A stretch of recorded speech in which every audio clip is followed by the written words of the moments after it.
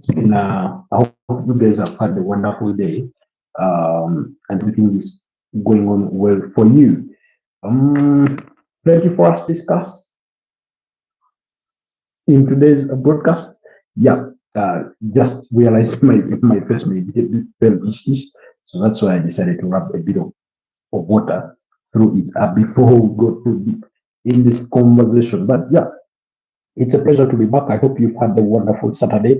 Congratulations, Team Tanzania. You remain unbeaten, 3 games played, 3 games won at the African Nations Championships after beating up against Madagascar by 2 goals to 1.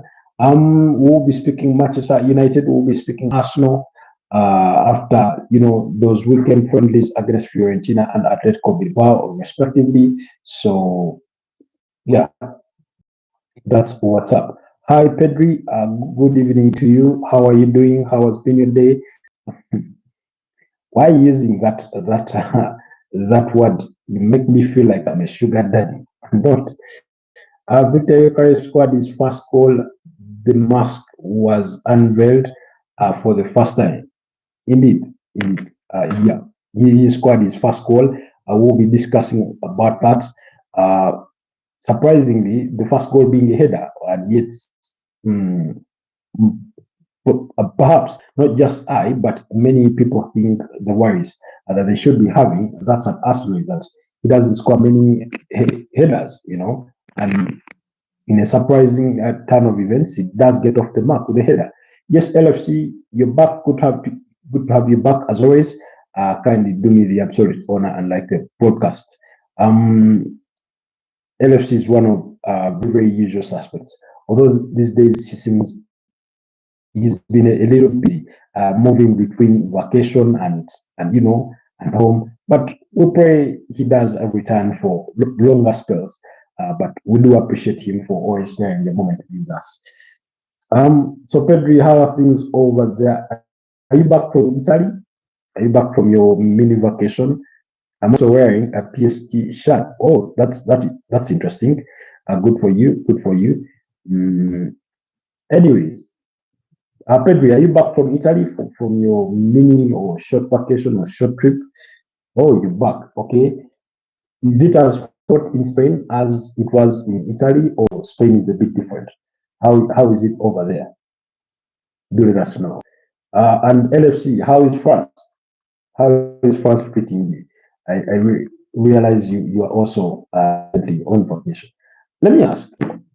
I don't know, and this could be a misconception, but I've noticed that so many people within Europe have gone to Portugal for their holidays, Italy, and Spain. And this is not to say they do not go to other countries, but based on what I've heard, predominantly those are some of the countries that they go to, based on what I've heard. So you can correct me if I'm wrong, but from what I do observe from the few people I've interacted with, and from the vlogs that I've gotten the chance to watch, oftentimes people will go to Portugal, people will go to Spain, people will go to Italy for their vacation, especially when it is within Europe. Then Switzerland, sometimes I've had a bit of that, So what's the trick? What's the trick? So anyways, guys, let's get it all started. We'll start with the African Nations Championships because Tanzania are one of the co-hosts of this year's tournament. Between them, of course, Uganda, Kenya, and themselves, Tanzania. Tanzania so far looked as, I think, by far the very best team of the tournament. They've won all their 3 games, and they did their group. They did beat up against Madagascar by 2 goals to 1, while Mauritania got, I think, their first victory in the tournament when they beat up against Central African Republic by 1 goal to 0. So Tanzania, 9 points, 4 goals scored, 5 goals scored, 1 goal conceded in this tournament. Mauritania won their first game of the tournament. They have a tally of 4 points, so they are in second place in that Group B. While Burkina Faso with 3 points and Madagascar, and following there with just a point, and Central African Republic, the other team bottom in there. Tanzania's final game of the group stage will be up against the Central African Republic. So that's the situation from that group. And of course, the fixtures will continue tomorrow when Kenya play against Morocco, while Zambia will be up against Angola. Zambia, the 2012, I think 2012 African Nations champions there. And the Moses, Christopher Katum, yeah, those are the guys that were part of that. Christopher Katumbi, and then the brother, is it Christopher? Yeah. But anyways, good on that one. Let's quickly rush away from there and go to Manchester United. Manchester United were in action today against Fiorentina. That game finished in a 1-1 draw between the two sides as they played arguably their final preseason game ahead of the season opener against Arsenal. Very, very beautiful game of football. David De Gea was finally given the farewell that he deserved, which he never got to receive from Manchester United under the charges of Eric Ten Hag because of the manner in which he left. Very, very unpleasant manner. He ended up at Fiorentina where he's been really, really good. And today, by the way, if anything, I thought I was really, really impressed by David De Gea. He did show what Manchester United are missing. He showed them what a good goalkeeper looks like. It's not to say that Altay Bindia is not a good goalkeeper. In fact, he did have a penalty in that fixture, in the post-match penalties that proceeded a 1-1 draw in normal time. So it was a very, very beautiful game overall for Man United. I thought they looked sharp. They looked sharp in the way they played. Of course, there are some issues to fix here and there, but that early goal that they did concede from some, I think is Swedish. It should be Swedish. That name Swedish. And then of course, just a couple of minutes later, in the 25th minute, they conceded an own goal. Initial footage had shown as if Lenny Yoro had been at the end of that, but it turned out to be an own goal by Gosens. Moises Kean didn't look as sharp as I would have loved him to look. Overall, it was a bit of a 50-50. Not so many standout moments, if we're being honest. Not so many standout moments. And I think the starting lineup, a part of it was pretty much as we had predicted it to be. Some of the changes we did see. Okay, we had predicted Altay Bindia to be in goal, Lenny Yoro to be in that back line. While I had predicted Matthias Delite to play alongside Lisandro Martinez, but Martinez looks like he's not much ready. It's Aiden Heaven that started alongside Harry Maguire. Then Amadou Diallo, this one we had predicted. I thought Kobe Mino would start this one, but it was Casemiro alongside Bruno Fernandes, the captain, that started, alongside Patrick Togu, Brani Bomo, Matthias Cunha, and Mason Mount. Mason Mount being played in that false nine kind of role. Okay. But now that Manchester United have signed an outright striker in Benjamin Sesko, of course, they do still have Rasmus Højlund. They do want to move him on. They still have Joshua Zirkzee. You have Chido Martin Obi. I think we may see less of F09 going forward with them when it comes to that. Then on the side of Stefano Pieri's Fiorentina, they had, like I said, David De Gea Quintana was in there. They had Luca Ranieri. They had Marin. They had Pietro Comozo in the back three. They did play alongside Robin Gosens, Simon Som, Dodo. They had Nicole Fagoili, Albert in that compact midfield, because it's a midfield of five. And then ahead of them was Moises Kean and Edin Dzeko. Edin Dzeko there, the former Manchester City striker there at Fiorentina. Anyways, but I think if Manchester United's performance today is what they hope to carry on next weekend against Arsenal, I think it would have been wanting. But I have a feeling that against Arsenal, they're going to look a much, much better team. Maybe even maybe, or we may not see we may not see Mason Mount starting as a false nine and things like that. Oh, and this is in sheer comparison to what we saw on the other side of Arsenal. Mikel Arteta went all out with arguably his best 11 if all players are fit.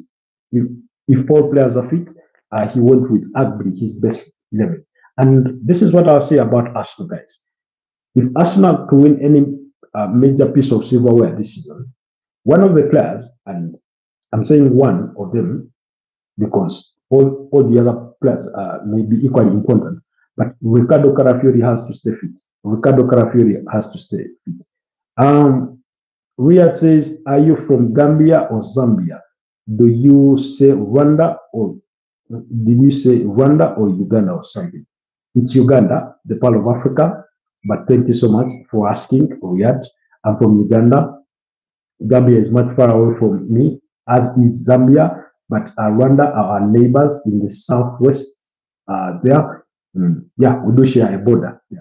And our border point is called Gatuna between Uganda and Rwanda. So thank you for asking. So if Arsenal are going to win major trophies this season, they ought to find a way of ensuring that Ricardo Carafiori stays fit. They must ensure that Ricardo Carafiori stays fit because he is really, really good when he plays in that left back role. Now, of course, defensively, he may have his inefficiencies here and there because we know predominantly he's not a left back, but going forward, he gives them a lot. The way he enjoys coming into those pockets between the left winger in Gabriel Martinelli, and then next to sort of the overlapping eight or the striker in between that space, I think is really, really good. And today we saw a lot of that, including the cutback he did receive from Viktor Gyokeres, although he placed that over the bar, but he does offer them a lot going forward. And it's a sharp contrast in the way he plays that role versus how Maz Lewis Kelly plays it. And this is what I've been saying. When Martinelli gets the support from a left back, the way Ben White offers to Bukayo Saka, he looks much sharper, he looks a better player, as opposed to when he plays with alongside Lewis Kelly, and then Lewis Kelly is inverting in midfield and not oftentimes quick to get into those spaces like Ricardo Carafiori does. It affects Gabriel Martinelli. It does affect him. Now, when it comes to taking on players 1v1, we know that, of course, Bukayo Saka is better than Gabriel Martinelli, which gives him the advantage. But overall, he needs that support. What do you think of AC Milan? When will they ever be great again? Will they ever agree? There will be. I have no reason to doubt that there won't be ever, but because I don't know if you observe. I think it's only been maybe only in Spain where you have giants really not oftentimes going down in the sense of that breakdown. But we've also seen it, although it didn't happen many times. We saw it with Barcelona when they had to play in the UEFA Europa League. When it wasn't happening for them. But of course, for them they quickly bounced back. But AC Milan, I have no doubt they will rise back. And by the way, let's not forget that in 2022 they won the Scudetto. They won the Scudetto with Stefano Pioli. So it's not like they've been in the doldrums for ages. No, that's not the case. So I have all reasons to believe that they will bounce back. And when you look at how intentional they've been in this transfer window, they are looking to build towards that with Massimiliano Allegri. So I'm not really worried. And I think if they can retain some of their already good players, I know they are losing the defender. What's his name? Oh, Jesus Christ. His name is eluding me. The defender that is so joining Newcastle. They're losing a center back, I need to find that name. Yes, Malik Tho. Yes, Malik Tho. The player that they are losing, So, and if they do not lose the likes of Rafael Leao and things like that, the goalkeeper, which is also their captain, Mike Maignan, the French international, they do look good. They do look good. what do you think of Benjamin Sesko transfer to Manchester United? That is Jack's. Hi, testers of life. How is it, man? It's all good on this side. I hope you are. The shadow of what they were, they do not have money to spend. Yeah, that's true. Victims have struggled with finances, but that's not to say, even Inter Milan, at one point, they did struggle with their finances. Look at what's happened with AC Roma, especially during that period when Jose Mourinho was there. Again, they were struggling with their finances. But I mean, I count on them to bounce back. Now, of course, you're saying that because on the European scene they've not been very dominant in recent years, as they were between when you go back to 2005, reaching the finals and losing to Liverpool. Then they were back in the finals in 2007 and winning it, beating Liverpool 2-1. Those kinds of things. Of course, they are far from that. The last season they finished 8th on the Italian Serie A table, which is not great, which is not great. But it's not to say that they can't bounce back. And in any case, the parting ways of Francisco Conceição, Conceição, that's the father to Francesco Conceição, who was formerly at FC Porto, who managed them through last season, is in part to send that kind of message that they do want to bounce back. So, it does happen.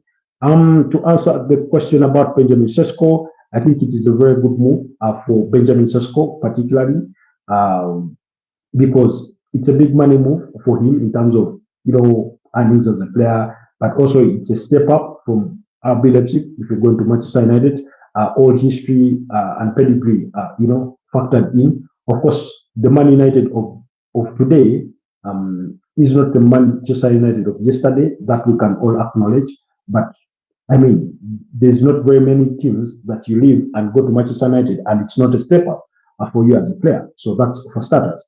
Then two, he gets to come into a project that has not yet clicked. So he gets that benefit of that to sort of have a clean slate of the start to this kind of project. Yes, Ruben Amorim has been there for more than 6 months now, but that notwithstanding, when you look at the overall project, we can say it's still in its infantry. So it's still in that, infancy, not infantry. Infantry may mean something different. It's still in that infancy stage. So they have all of it to do. And when you look at the players that he's come to fight for a starting place with, one of them they already want to get rid of him. That's Rasmus Højlund, who has not performed any better than him last season. If those figures are anything to become to be compared, because Rasmus Højlund only scored 4 league goals, Benjamin Sesko scored 13. Overall, Rasmus Højlund plus the 6 I think he posted in the UEFA Europa League, he had the tally of 6. Benjamin Sesko had about I think 21 goals across all competitions. So then Joshua Zirkzee only scored 3 goals in the Premier League. I think, and he also scored 1 in the UEFA Europa League. I stand to be corrected on that, but as far as I remember, it was only 1. So then Chido Martin Obi is yet to, even break the ice for Manchester United at the top level. So that's the kind of team he's walking into. He walks into a team that are really, really trying to make the investment to make sure that they go to the next stage. They brought in Brian Mbomo, Matas Cunha. Those are very, very promising signings. Of course, they are yet to deliver, but they are very, very good sides. They want to sign a holding midfielder, and their sights are on Carlos Baleba. That's another promising sign in regards to the direction they want to go to. When you look at players like Patrick Togu, how they fitted in, there's promise that Manchester United are going to be on an upward trajectory, and I can only hope that they do live to those expectations. Of course, we've seen it before when Organa Solskjaer came in and they did well, in the first 1.5 years that he was there, and then suddenly things went bad. We saw it with Jose Mourinho when he had just come in. We saw a bit of progress with Louis van Gaal, and then suddenly things went sour. We saw it with Erik ten Hag. So I think you and I are all looking towards Man United breaking that ice, where they do bring a manager, they have one good season or one brilliant season, and then the following season things are not going to according to plan, and then that one is shown the exit and things like that. But for Benjamin Sesko, what I feel is good, why I feel it's a good move, is because of the kinds of additions that Man United have made. When you have a player like Brandon Bomo in your side who scored 20 goals and provided 7 assists, he's not just a goal scorer, but he's a creator. When you have Matheus Nunes scored 15 and provided 7 assists. 6 assists. When you look at those 6 assists, that means they're not just goal scorers, they are creators. We all know about Bruno Fernandes creating. So if you can combine the creativity of Bruno Fernandes to that of Brandon Mbeumo and Matheus Cunha, then clearly he is bound to have more chances, perhaps as opposed to what Rasmus Hojlund and Joshua Zirkzee may have had throughout the entire season. So that's why I think it is a very good move. It may not be an instant click, as maybe many of football fans would love it to be, or predominantly Man United fans would love it to be. They will need to be a little bit patient with him, but there is a very, very good striker in there, in Viktor Gyokeres, because remember, so many teams wanted to sign him, including Arsenal. So let's not forget that. You say, okay, I think I responded to that. You say Orlando Pirates, their first game, and Mamelodi Sundowns is a draw. Oh, okay. I think thanks for that update. Testers of life.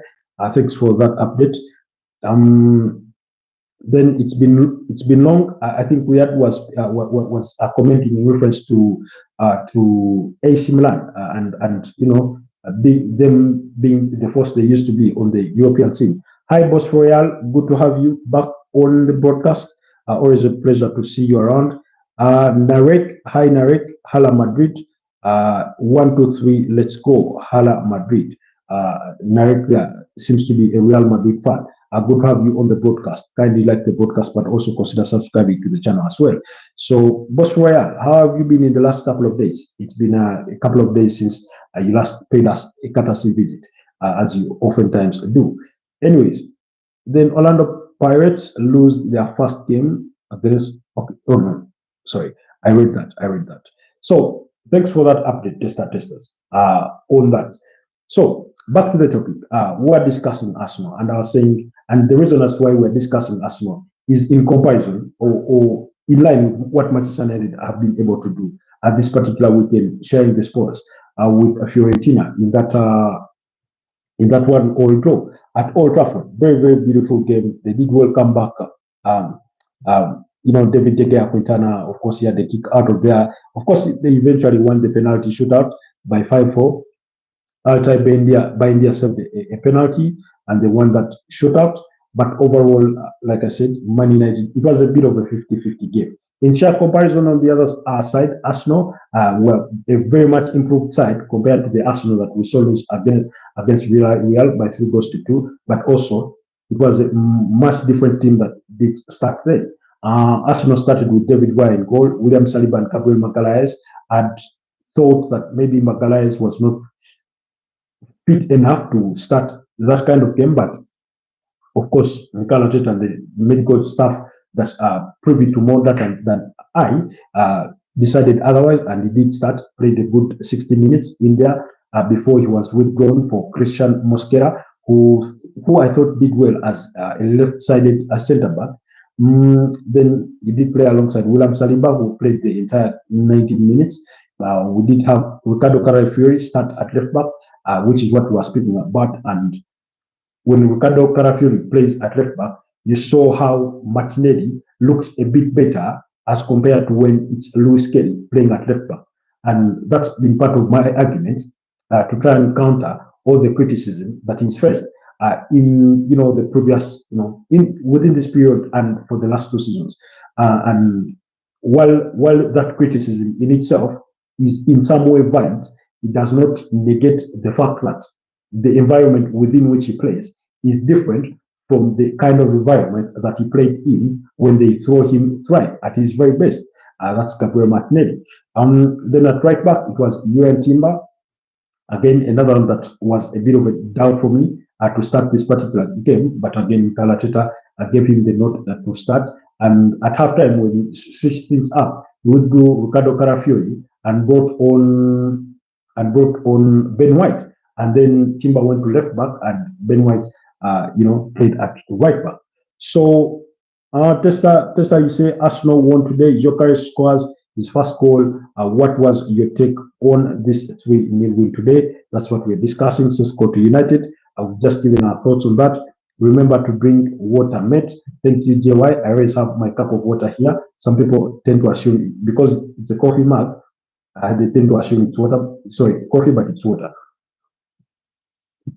Then, Igor, why are you shouting for us? Apologies if you feel I'm shouting for you, but the rest do not feel the same way. But thank you so much for sparing the moment to be with us. You can do me the kind honor and like the podcast, but also subscribe to the channel, Igor. Anyways, so in midfield, it was the midfield I think that all Arsenal fans had hoped to see. Who is on the back of that chart? The back is empty. Nobody's there. Nobody's there. Nobody's there. So the midfield was that I think Arsenal fans had been trying to see all summer, when Martin Zubimendi gets to play alongside Declan Rice and Martin Odegaard, to see how their chemistry looks like, to see how they gel together, to see how every little piece of the puzzle fits when it's that a midfield trio. And then ahead of them, of course, was Viktor Gyokeres alongside Gabriel Martinelli and Bukayo Saka. Very beautiful game. I think I would give my man of the match accolade to Martin Zubimendi. Viktor Gyokeres had three key chances in this particular game, could only convert one. The first chance came to him with the cutback from Bukayo Saka, and he took that, although the shot in itself didn't have the kind of strength that you would have loved it to have, to be able to beat perhaps Unai Simon in goal, who was in goal for Athletic Bilbao on the other side. So that went down as, sort of, because I felt he could have done better in that position. I thought he could have done better with that chance, really. But it was what it was. We cannot really grade him for not having scored from that opportunity. Then, of course, then he had another key moment, Viktor Gyokeres, when he gets past the ball, he goes to the byline and he sends a defender to the cleaners before playing a cutback to Ricardo Carafiori, who blazes that ball over the bar. And then, of course, minutes later, we had him break the deadlock through that brilliant cross from Martin Zubimendi that he runs across the defender and he hits that ball beyond the reach of Unai Simon, and it was 1-0, so he gets to break the ice. I think a lot of Arsenal fans have been waiting to see that goal. You say, put some Jack Daniels in the tribe. I do not know the Jack Daniels, but thanks for the recommendation. Kingsley Coleman to Al Nassr, that discussion is ongoing. Do you have any Waraji? I do not drink, guys. I do not drink. Once in a while, I'll do some bit of wine, but I stay away from alcohol, really. Anyways, so he looked good. And then in the second half, he had that opportunity when Nodin Madueke crossed the ball, and he hits the ball quite brilliantly, and Unai Simon saves before the ball hits the upright. So that was the other opportunity that he had in the game, which he looked really good with that bit of diving header. For a player that our main concerns were that he doesn't hit the ball properly. I think the first signs, if today's game is anything to go by, are very, very promising signs, and we should be comfortable with that. So he looked good. Viktor Gyokeres got a whole 70 minutes in there. And then, of course, he was also involved in the build-up to the second goal that was scored by Bukayo Saka, Gabriel Martinelli, providing the assist in a quick interplay. It was a bit of a break, because Viktor Gyokeres, I think, receives the ball from maybe Zubimendi, then he plays it into Martin Odegaard, who loops it to Martinelli, and then Martinelli plays in Saka, and they score. So it was 2 goals in quick succession there for the Gunners, because their first goal came in the 35th minute by Gyokeres, and then 2 minutes later it was Bukayo Saka on target. And then, of course, the third goal came very late in the game, in the 82nd minute of the game, through Bukayo Saka. So you do not like Tondo? It's not that I don't like it. I just don't take it. You know. Like, I have no problem with people who drink, for as long as you do not do yourself dirty. So, but yeah, I stay away from alcohol as much as possible. But once in a while, I'll do maybe a glass of wine and something like that. So, anyways, I mean, let's talk about Kai Havertz, the way he took that ball in his stride, and I mean, by the time he gets played that pass, he has it all to do for himself. I mean, I was really, really impressed by the pace with which he carried that ball. He had to shrug off defenders before slotting that ball in the far corner beyond the reach of Unai's ball. So I thought it was a very, very good take for Kai Havertz. He looked really, really sharp. He looked very energetic. Maybe 2 seasons ago, Kai Havertz doesn't score that goal, that he misses the opportunity. And by the way, guys, this is what competition brings. He knows that Viktor Gyokeres is the main man, but if he has to remain, getting the minutes to compete, then he has to be taking away such chances. And it was really, really a good sight to see. Is Eze still on our radar because it seems to have gone quiet now? Majority of Arsenal transfers have gone quiet, but let's also discuss that in a bit. Oh, Manchester City are now 2-0 up against Palma. Thanks for that update. It's one of those games that I was catching up at the tail end of the first half before we started this broadcast. But in fact, I don't know what happened to my feed, but they hadn't brought back that footage. Anyways, let me put it here in the main screen so that I can keep my eyes on it as we continue with the conversation. But thank you so much, JY. Then Martin Zubimendi. I mean, I love their interchange with Declan Rice because every time, what I did observe in part, every time Martin Zubimendi went up front, Declan Rice was intentional on staying behind to provide cover to the defense. And then when Rice went up front, Martin Zubimendi stayed back. The way he was winning the ball back, I thought was quite clean and impressive.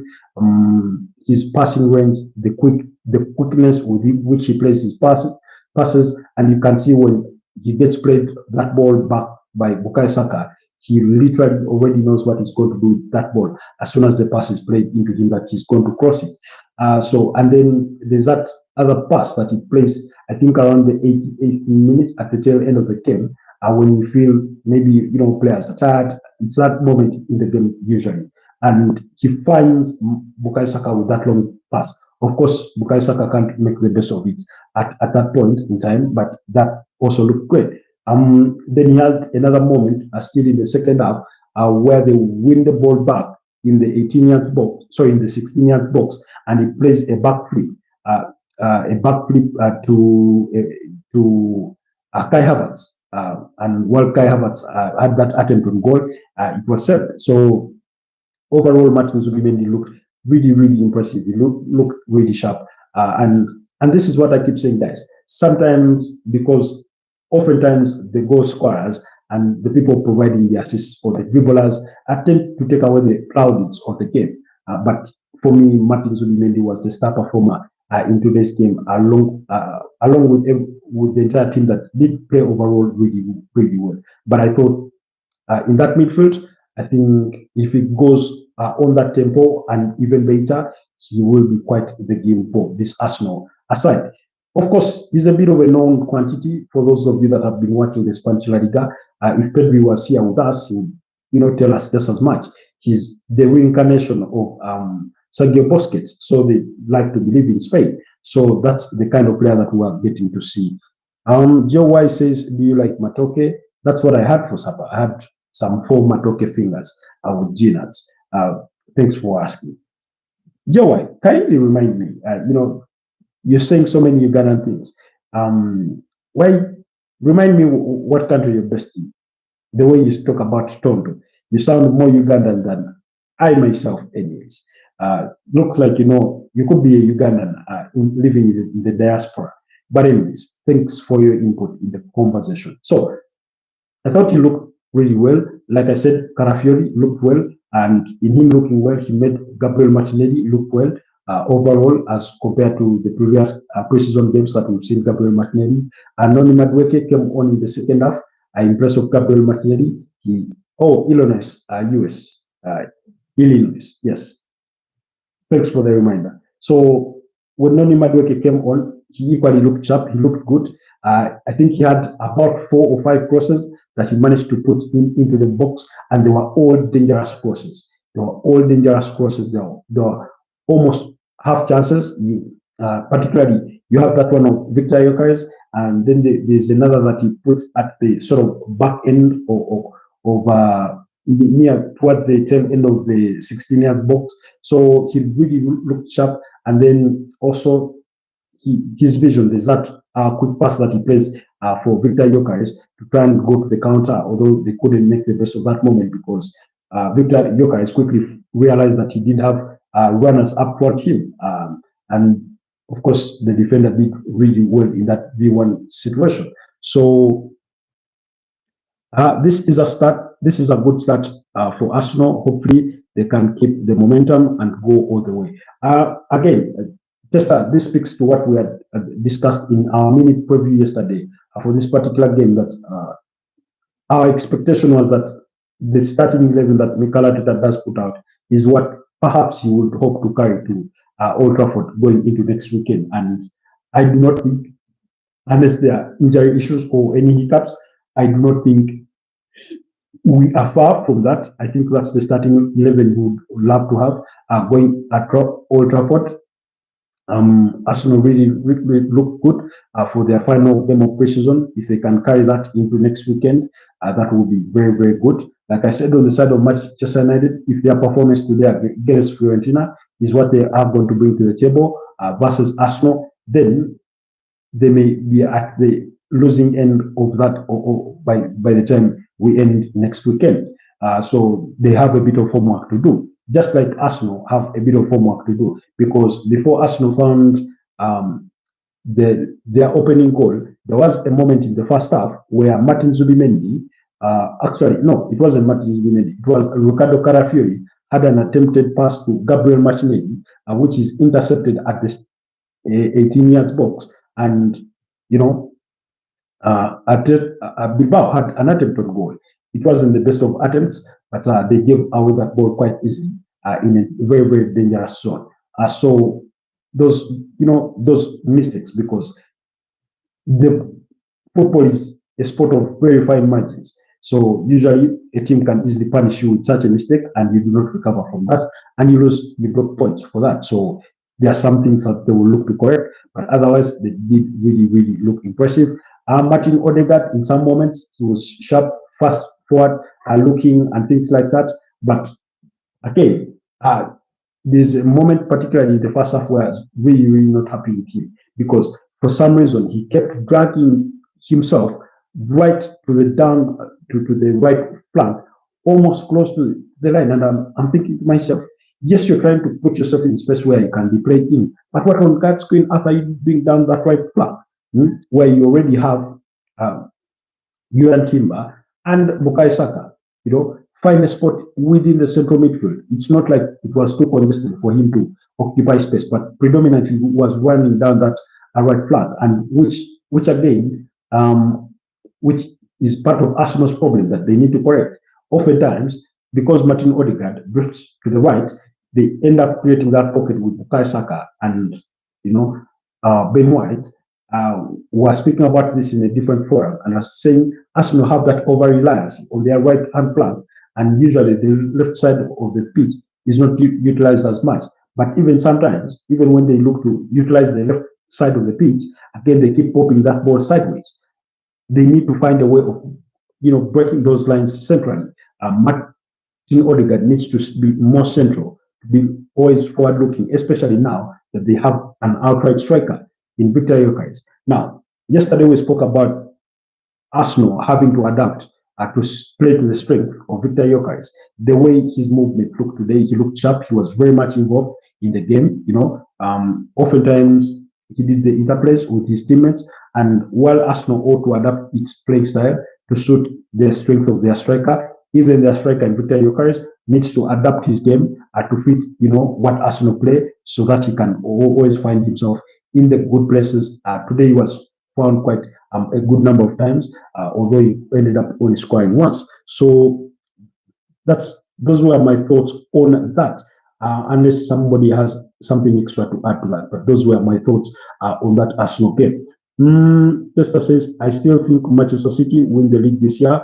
Okay, I'm not yet convinced that they will. Although, like I said yesterday, when Tester asked me about my top three prediction, they were in my top three, and I did mention that while we may think that things may have not well clicked for Manchester City, is that you have Pep Guardiola who can turn things upside down and take you by surprise, almost the way Liverpool did us last season. And yesterday I spoke about them as a little bit of an unknown quantity because of this period of transition that they are undergoing. Having to let go of the old guard, the likes of Kevin De Bruyne, Kyle Walker, and players like that. The over reliance away from Ilkay Gundogan. I think although Bernardo Silva is the captain, we may see a less of a reliance on him.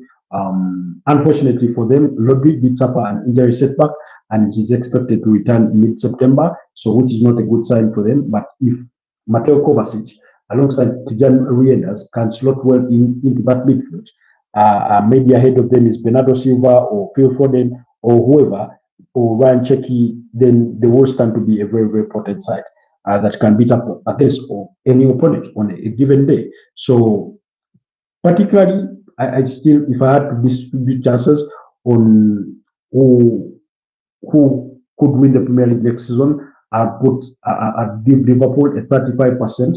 I'll give Arsenal a 30%. That's already 65%. I'll give Manchester City a 15%. That takes us to 80. And the 20, I'll give Chelsea a 10% chance because of the squad, the kind of squad they have, because of the piece of silverware they picked up last season. Yes, I know it's only the UEFA Conference League and then the FIFA Club World Cup, but I think that's a huge motivation. And we all know what it means when you win a piece of silverware, how motivating it can be going into the season. So that their impact. And then the other 10% goes to a dark horse. You never know. We could have a Leicester City of 2016. Who knows? Could it be Manchester United? We don't know. Could it be Tottenham? Never, in my opinion. I do not think they can ever be that. So yeah, but for now, that's how things do look like. I also think Crystal Palace could win the Conference League this year. Yeah, we were speaking about Crystal Palace, and Oliver Glasner is obviously not happy, and he was speaking about Ebeleche Eze, and because so much speculation has surrounded him in this transfer window, and he said while he cannot guarantee that he stays, he did say that for now he's focused on Crystal Palace. And I used the example of West Ham United in 2022, 2023, when they went on to win it. The UEFA Conference League is that kind of competition that if you do give yourself the belief, you can go all the way, because most of the teams that are in there are not the strongest of teams. Of course, I know Fiorentina have been the unfortunate side. Wow, what a missed opportunity here. Savinho has just missed a golden opportunity to make it winning for Manchester City. But anyways, but the way Crystal Palace are at the moment with their narrow squad, I do not see them winning the Conference League if they cannot improve that squad, because we know how difficult it can be for a team to compete favorably in the Conference League, and then remember you're playing on Thursday, and then return to the Premier League and play on Saturday or Sunday. That in the long run can be very, very breaking, can be very tiring. So when you look at the core of their squad, it's a bit of a very narrow squad. And if they can improve on that, then they will certainly give themselves a chance to go ahead and, make things happen. But Oliver Glasner is the kind of manager that can inspire you to that kind of victory.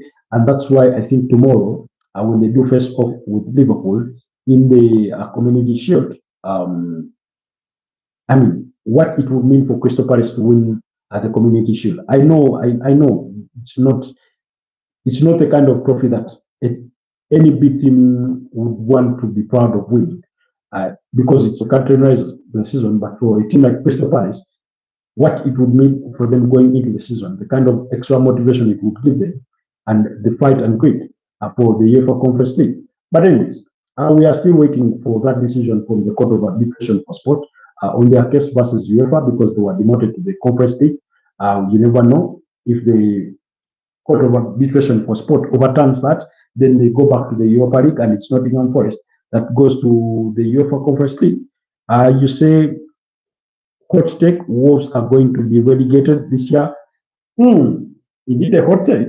By the way, last season, I think in my predictions, it was a perfect prediction for me for Wolves where they finished.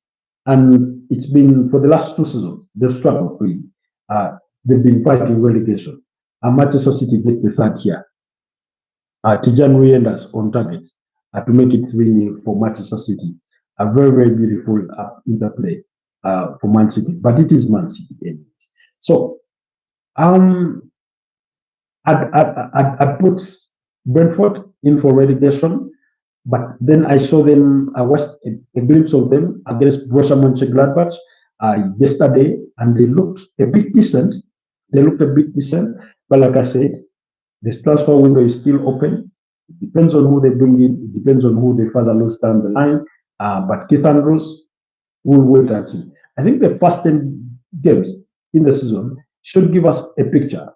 However, I wouldn't want to disagree much on you with that. Let me see my preliminary insights where I do have Wolves finishing. Okay. They're quite tough, but let's hope Pereira can do a much, much better job than he did last season to, save them from relegation. Let's hope he does a much, much better job. But they may not be relegated, in my opinion. They may not be. In fact, in my initial table arrangement, which is not the final, I have them as 13th, as high as 13th. But then today I saw reports that they could lose one key child. And I'm thinking to myself, what are you guys thinking? Strand Larson could equally leave if a good offer comes. And, these are selling clubs. When a good offer comes for one of their good players, usually the manager doesn't have much to do with it. Their bosses will tell him, we need the money, and off the player goes. So let's see. But in the course of this week, in the course of the coming week, I'll be looking to do my season predictions for next season in regards to how I think the Premier League table will look like at the end of the 2025-2026 Premier League season. And we see, last season I got it wrong in terms of the winner. I thought Man City would win it. They ended up finishing third. I thought Arsenal would come second. That was a perfect score prediction. Then Liverpool swapped places with Man City. Liverpool won it. Then Man United, huge disappointment. Tottenham Hotspurs, huge disappointment. So I got those predictions wrong. I think West Ham is the other prediction that I got right. So yeah, we'll look at that. I've since dumped that list. I've since dumped that list, but you can go. For those of you, in case you can spare the time, you can go back to the channel and watch that video. Should be further down the line. But anyways, quickly let's leave the. Okay, before we leave the friendlies, there's been so many friendly games played today. Everton were up against AC Roma in that game. As we speak, Valencia are leading 3-0 against Torino. Cadiz and Cordoba, that's still 0-0. Nottingham Forest did share the spoils in a goalless draw with Al-Qadash.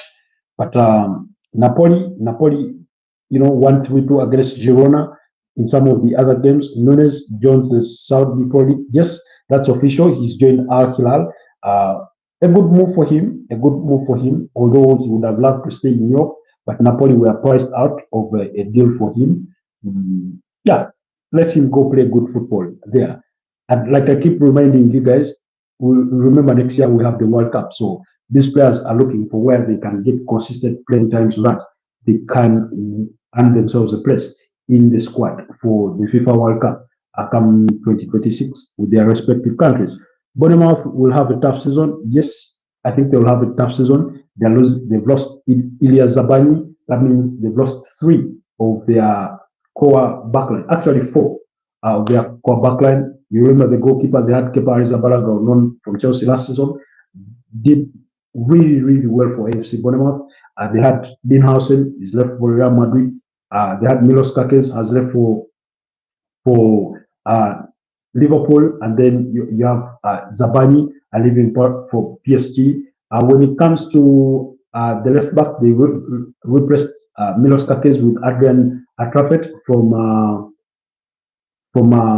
Stade Reims in France. He's one of those players that they had wanted to sign before they signed Milos Kakes. So he's a very good replacement. He was the captain over there at Stade Reims. But again, I mean, I get the feeling that that's one too many changes for them, especially in that backline. Now, the advantage for them is that in the middle of the path and going forward, so far they've not yet lost any players. But remember, Dango Owatara is a target for Brentford, so they could lose him. Initially, in the transfer window, Justin Kluivert was a target for Bayer Leverkusen as a replacement, as a potential replacement for Brian Witz at Bayer Leverkusen. So the transfer window is not yet closed. So, but I get the feeling that that's one too many changes to sustain through a season, and which is usually not pretty. It's usually not pretty, you know. You do not want to have so many changes that impact the way you play. So because whoever comes in, they're going to need that period of adaptability, you know, playing week in, week out. So to Newcastle, I think that's almost agreed for about 40 million euros. He's a player that they've wanted to sign for quite some time. Okay.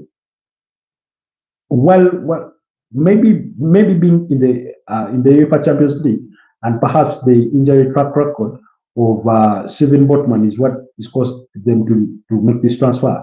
In my opinion, I thought McKay would have been the better fit, although looks maybe they couldn't promise him fast in football because like him, like many others, he wants fast in football to guarantee his place in the England national team. And if they can't offer that, then but because they have Fabian Schär, they have Dan Ban, who usually plays at left back, but he's a centre back. You have Steven Botman.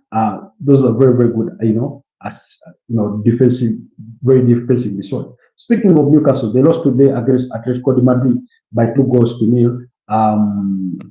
Julian Alvarez scored the first goal with Alex Baina providing the assist. Then Antonio Griezmann, what a cheeky goal he did score. If you haven't seen that goal, please go check it out. He makes it look so easy. But a brilliant goal he did score there. How will AC Milan do? Okay, AC Milan, I have high hopes and expectations for a manager like Massimiliano Allegri, but last season they finished 8th, which is sort of a blessing in disguise because, like Manchester United, AC Milan's focus is going to be on the domestic league. Guys, do not ever underestimate. Now, it's not an ideal situation financially, prestige-wise, in regards to the kinds of competitions that big teams want to be involved in. But do not underestimate the advantage that a team gets when it comes to when you have to only play literally once a week, because that means you play on the weekend, wait for the next weekend to play again. That's going to be Manchester United this season until the Carabao Cup comes along, which you play one game, within a month until you get to the semi-finals. Then the FA Cup doesn't come until January. You can't imagine how good that is. Wow, what kind of miss is this for a goal? Tijani Enders, once again, is it? He gets himself in a very brilliant scoring position. He dribbles past the defender. you know, do balls past the goalkeeper, but then he just overrides it. He just overdrives it. Wow. Tijani Reinders. Remember that name. He did score, I think, 10 goals in the Italian Serie A last season for AC Milan. So he has that eye for goal. Anyways, as Sunderland will stay, Burnley will go, and Leeds create problems for the usual top six. That's our testers. Sunderland. I don't know. For some reason, my view is that Leeds gets to stay and Sunderland could go. Yes, they've signed very many good players, but signing very many good players is one thing, and getting to stay is another. I don't know if you guys remember, I think it was the 2018-2019 Premier League season, when Fulham were in the top of the league. I think they are just come. They signed so many good players, including Andreas Schuller from, I think, from Schalke 04. You remember he had a stint at Chelsea, and still they couldn't make it. They couldn't stay up.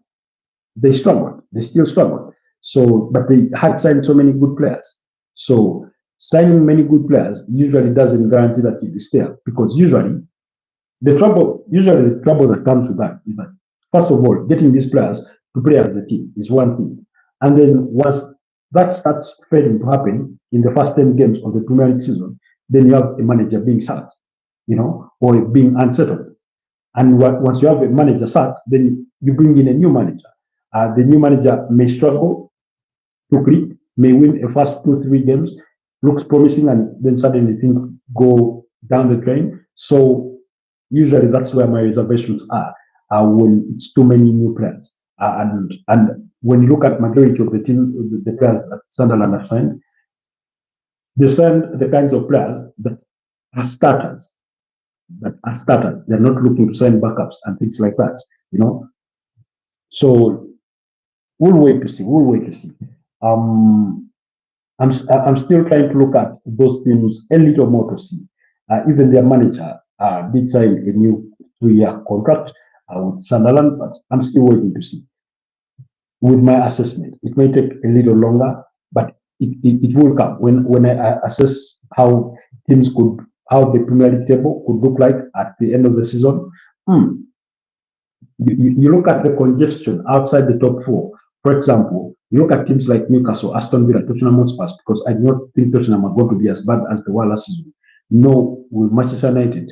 I'm still waiting. I'm still fixated about Nottingham Forest, how they could fare next season, bearing in mind that they will have responsibilities on the continent.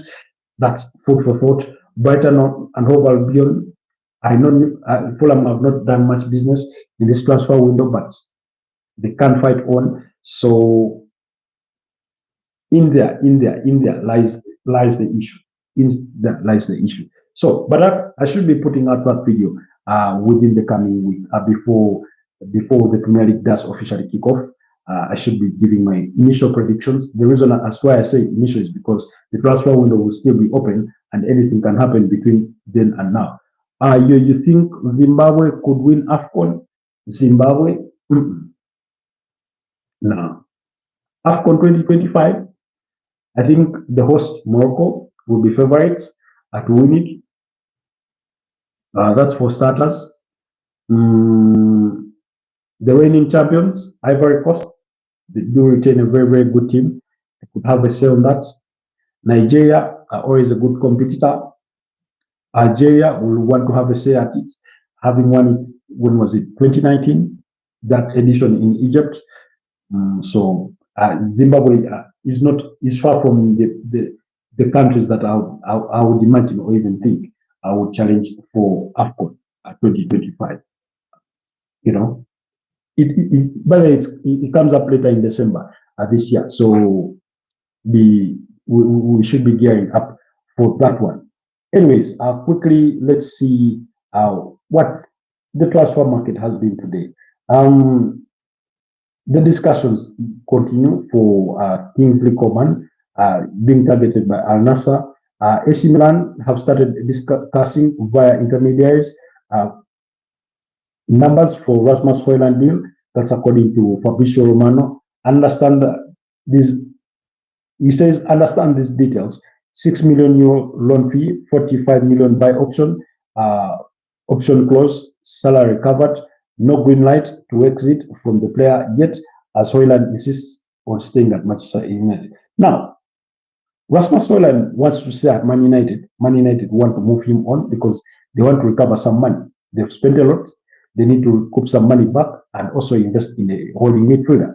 So that's happened, you know. Then AS Roma consider Florentino Lewis among targets for midfielders in the final 20 days of the window. That's according to Fabrizio Romano. Then Lucas Chaveria has officially joined Paris Saint-Germain, and yeah, the PSG expect to lose Gianluigi Donnarumma. Maybe not in this transfer window, maybe next year, but that expectation is, you know, is growing, you know, very, very high. Then Kingsley Coman is open to joining Al Nassr as talks are well underway between all parties. So if it's open, that's very interesting. Then Ed Howe says he cannot guarantee on Isak's future. Today, he was speaking today and he says, he did say he played down at reports on Newcastle telling Isak that he has to stay. So he said, no, that's not something I'm aware of. I have no knowledge of that. I want players who really, really want to play for this club. That's what he said. He also was asked that whether his bosses had flown in to, you know, to convince the player to stay, and he said he wasn't aware of that, of anything like that. I hope Tanzania do not win AFCON. Why not? Why don't you want Tanzania to win AFCON? You do not want Tanzania to be the first East African country to win AFCON. You do not want them to win it before Uganda.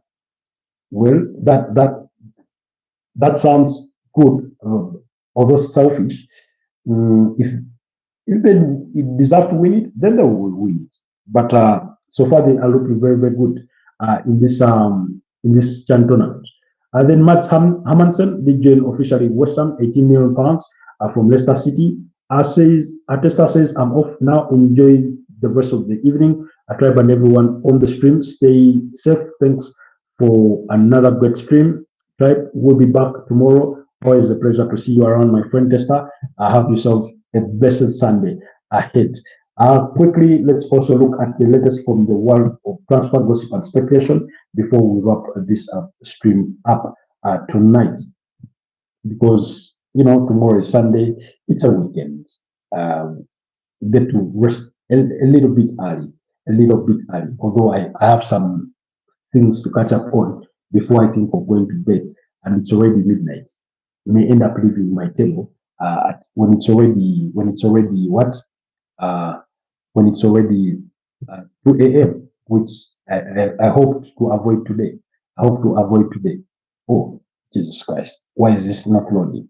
I'm trying to get the latest from the transfer speculation and gossip as of BBC Sports. But something is failing. I don't know why the page is failing to open on my end. Anyways, much of it is still the same about, you know, PSG expecting bids from Chelsea and Man United for Gianluigi Donnarumma. The Newcastle hoping to go back in for Brentford's Johan Wissa, and then of course their interest in Sam Agahoua, the 21-year-old Spanish striker who plays for FC Porto. That then Nicholas Jackson remains a big name that will exit Chelsea, that could exit Chelsea this summer with Juventus, AC Milan all interested. Newcastle have been reported to have interest. Bayern Munich did make inquiries about the player. Then Joan Felipe Mateta could be targeted by Atlanta. So then Mola Lokman being offered to Arsenal, although the player wants to join Inter Milan, but Inter Milan are yet to meet the price demands of Atlanta for the 27-year-old Nigerian forward. Then Everton remain interested in signing Jack Grealish as well as Tyler Dibling. Now, Spurs are also interested in signing Jack Grealish. Like I said the other day, that we know that they missed out on Morgan Gibbs-White, and then they've lost James Maddison to an anterior cruciate ligament injury, which is 6 to 7 months or so. So that means they really, really need to look for 10 in this transfer window. So they continue to search the market, to scour the market for that kind of player. And then also Lille could target, Anton Kineski from Tottenham Hotspur. That's the Czech Republic goalkeeper from Tottenham Hotspur, who is a backup for Guillermo Vicario. There, Super League is happening. Here is a goal. Super League is happening. What Super League? Kindly enlighten me. You mean the one of the European Super League? Is that what you're trying to allude to? So those are some of the key speculations that remain, making the rounds when it comes to transfers and things like that. Not too much activity today in the world of transfers. We can only hope that things take a different turn. By the way, I found this very interesting.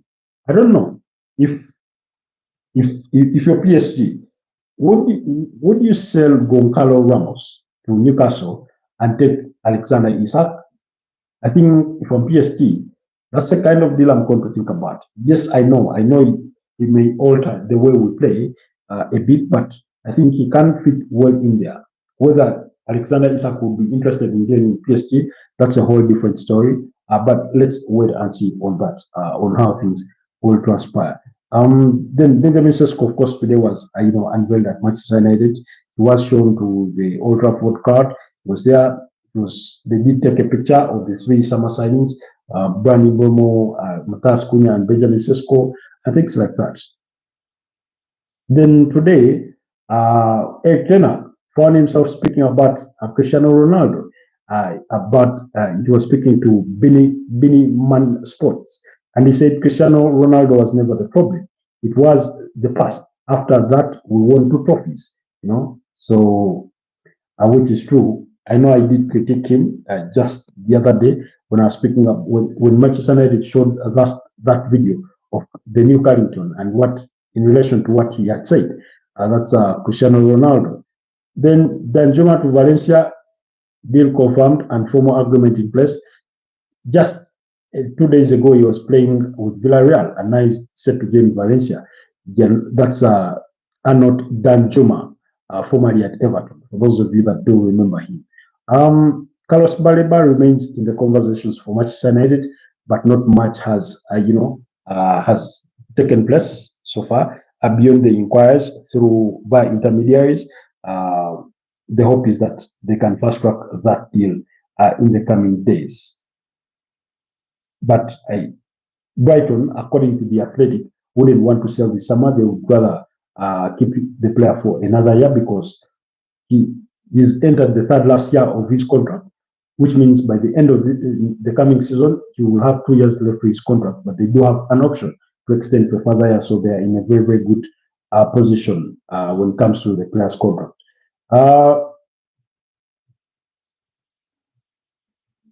Anyways, yeah, pretty much that's it. Thank you so much for being part of today's broadcast. Thank you so much, JY, from Illinois, USA. Thank you so much, Testa. Thank you so much, Boss Royal. Thank you so much, Narek. Thank you so much, Riyadh, Pedri, LFC. Thank you so much. And every single one of you that joined this broadcast. Ego, although some of your comments did sound very kind, but thank you so much for being part of today's podcast. Milos Velonovic, thank you so much. And every single one of you that tuned in, liked the broadcast, did like, submitted a comment, did submit. All of you that watch our broadcast long after they ended, we do appreciate you a great deal. Always keep it locked on the Football Tribe YouTube channel. To those of you that have recently joined the community as new subscribers, you're most welcome. Thank you so much. We do appreciate your love and support. Keep watching our content. Those of you that watch our broadcast long after they've ended, we do not take your time for granted. It's always a pleasure. Do not hesitate whatsoever to leave a like on the podcast, to leave a comment. But stay blessed and have a wonderful Sunday ahead. See you guys next time. Bye bye for now.